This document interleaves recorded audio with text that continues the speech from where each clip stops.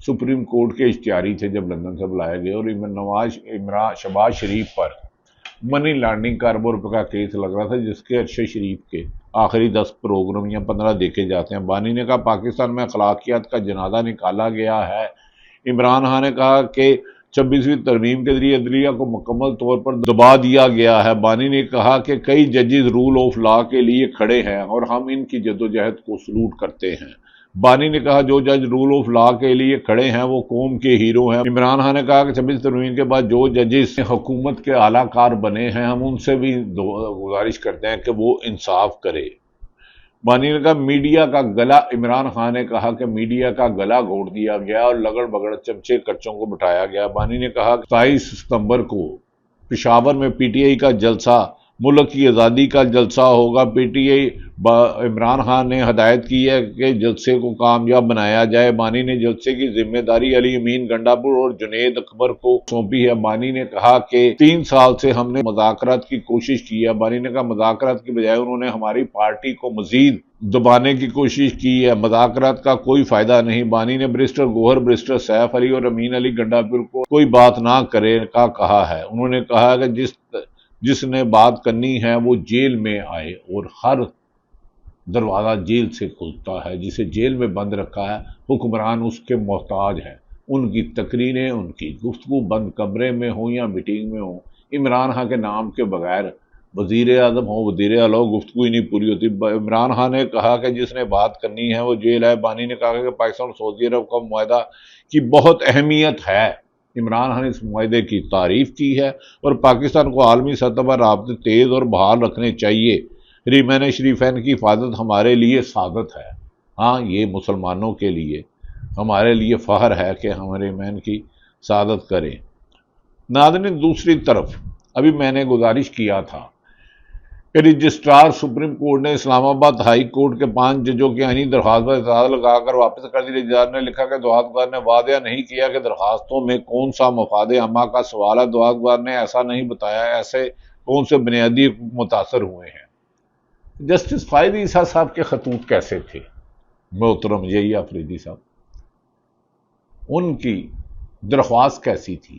Imran Babar 5 high court کے معزز جج صاحبان کی درخواست حرام، یہ کیسے ہے اور ان کی حلال؟ یہ تو انصاف کرنا ہوگا کیونکہ پوری دنیا کی نظریں پاکستان میں، اور پاکستان میں نظام سیاسی عدالتی نظام پہلے ہی بوسیدہ ہو چکا ہے جس پر اب مزید کمپرومائز نہیں کیا جا سکتا، اور اس کے لیے اب حکومت کو کوئی نہ کوئی عدلیہ کو اپنا کردار ادا کرنا ہوگا۔ وکلا بھی آزاد ہو چکے ہیں، وہ بھی کھل کر سامنے آ رہے ہیں۔ ناظرین، سلمان صفدر اور دیگر وکلا کے مطابق جو ہیرنگ ابھی تک ہوئی ہے، عمران خان کا مقدمہ خارج بنتا ہے۔ انہیں زبردستی جیل میں رکھنا قانون کی خلاف ورزی، آئین کی خلاف ورزی اور انسانی حقوق کی خلاف ورزی ہوگی۔ اگر سرفراز ڈوگر کے علاوہ ہائی کورٹ کے کوئی بھی جج صاحب ہوتے تو عمران خان اس وقت رہا ہو چکے ہوتے، لیکن آج نہیں تو کل عمران خان کی رہائی یقینی نظر آتی ہے کیونکہ کیس میں نہ ایویڈنس ہے نہ ثبوت ہے۔ جھوٹے کیسوں کا چلنا زیادہ دیر ممکن نہیں۔ توشہ خانہ 2 کی سماعت کے دوران نیب آفیسر محسن ہارون، اسسٹنٹ ڈائریکٹر FIA شاہد پرویز کا بیان قلمبند کیا گیا۔ دونوں گواہان کے بیانات پر 24 ستمبر کو وکلا صفائی جرا کریں گے۔ مقدمے میں استغاثے کے گواہان شہادت مکمل ہو گئی ہے، مزید کوئی گواہ پیش نہیں کیا جائے گا، اور ابھی تک کی سماعت کے دوران عمران خان کی بے گناہی واضح نظر آ رہی ہے۔ آئینی ماہرین کے مطابق مقدمے میں مجموعی طور پر 20 گواہان کو شہادت قلمبند کی جا چکی ہے۔ مقدمے میں 18 گواہان کے بیانات پر جرا مکمل کی جا چکی ہے۔ سماعت کے دوران بانی PTI بشرا بی بی کی جیل سے عدالت پیش کیے گیا۔ سماعت کے دوران بانی کی تینوں بہنیں بشرا بی بی کی بیٹی مہر النساء بھی کمرہ عدالت میں موجود تھی۔ سماعت کے دوران وکلا صفائی نے ارشد تبریز، ظہیر عباس چودھری نے بھی عدالت میں موجود تھے۔ Special prosecutor FIA Zulfiqar Abbas Naqvi نے استغاثے کی جانب سے پیش ہوئے، اور یہ کہا جا رہا ہے کہ اس کیس میں اب عمران خان کو جیل میں نہ رکھنا انصاف کے قتل کے مترادف ہوگا۔ چیئرمین PTI بیرسٹر گوہر علی نے کہا کہ ڈیالہ جیل کے باہر سے گفتگو کی۔ انہوں نے کہا توشہ خانہ 2 کیس ٹرائل میں مجھے ملاقات کی اجازت نہیں دی گئی، وجہ تو نہیں بتاتے۔ امید ہے کل دوبارہ PTI کے چیئرمین سے ملاقات ہو جائے گی۔ ملاقات ہونا ضروری ہے، عدالتی احکامات بھی ہیں۔ ملاقات ہونے سے حالات میں بہتری آ سکتی ہے۔ ایک طرف ملک میں قدرتی آفات آئی ہیں اور دوسری جانب اجانی کیفیت ہے۔ اگر ملاقات نہیں دی جاتی تو اس سے دوریاں بڑھے گی۔ ناظرین، ایسا لگتا ہے کہ اب عمران خان کی رہائی کے امکانات روشن ہوتے ہوئے نظر آ رہے ہیں۔ شاید عمران خان کو زیادہ دیر حکمرانوں کی خواہش پہ جیل میں رکھنا بظاہر ممکن نہیں لگتا، لیکن حکومت کی ضد ہے کہ آئین اور قانون کے مطابق عمران خان کی رہائی تو یقینی ہے، لیکن عمران خان رہا ہوتے ہیں تو حکومت کے لیے گھر جانے اور ملک سے فرار ہونے کے علاوہ کوئی راستہ نہیں بچتا۔ ناظرین، دوسری طرف یہ بھی کہا جا رہا ہے کہ پاکستان میں اس وقت انصاف کے لیے عوام کو جدوجہد کرنا ہوگی اور انصاف کی یقینی لگتی ہے۔ اس موقع پر متی اللہ جان نے ایک میڈیا ویلاگ میں کہا ہے، انہوں نے کہا حکومت اس قدر پینک ہے کہ کسی نہ کسی طریقے سے ملکی حالات کو اپنی مرضی سے چلایا جا سکے، لیکن قانون اس کی اجازت نہیں دیتا۔ دوسری طرف اطل کاظمی نے کہا کہ عمران خان کے دور میں پاکستان کی معیشت 6.2% ترقی کر رہی تھی اور اب صرف 2 ہے۔ اطل کاظمی نے کیا کہا، انہی کی زبانی سنتے ہیں۔ اس زمانے میں جب کہا گیا کہ معیشت تباہ ہو گئی ہے، پاکستان کی معیشت ترقی کر رہی تھی 6.2% ریٹ تھا اس کی ترقی کا، اس وقت وہ 2.4 کے قریب ہے۔ اسی طرح شرح سود جو ہے، جو انٹرسٹ ریٹ ہے جو لوگوں کو دینا پڑتا تھا قرضوں کے اوپر، چاہے وہ بزنس مین ہوتی لوگوں، وہ 12% تھا۔ اس وقت وہ کتنا ہے جناب؟ اس وقت وہ 20% ہے۔ اور اسی طرح زرعی مبادلہ کے جو ذخائر تھے، جب عمران خان گیا تھا یہ کہتے تھے جی کافی خراب ہے، وہ $16 ارب جوڑ کے گیا تھا، اس وقت جو ہے وہ $9 ارب پڑے ہوئے ہیں، اور کس کس سے مانگے ہوئے ہیں وہ بھی ہمیں پتا ہے۔ اچھا، قرضوں کی بات کریں تو عمران خان صاحب نے تقریباً 4 سال کے دوران، جسے آپ کہہ سکتے ہیں کہ 2018 سے 2022 تک انہوں نے تقریباً کتنے قرضے لیے؟ انہوں نے 18,000 ارب قرضہ لیا، 18,000 ارب قرضہ لیا، اور انہوں نے جناب صرف 2 سال میں 18,000 ارب قرضہ لے لیا، جو تجربہ کار آئے ہیں۔ اچھا، کچھ اور چیزیں جو بڑی امپورٹنٹ ہے وہ آپ سے شیئر کرنا چاہتا ہوں۔ اگر مہنگائی کی شرح دیکھ لیں تو کہتے ہیں کہ مہنگائی میں کمی ہو گئی ہے، مہنگائی میں کمی ہو گئی ہے، بڑی اچھی خبر ہے۔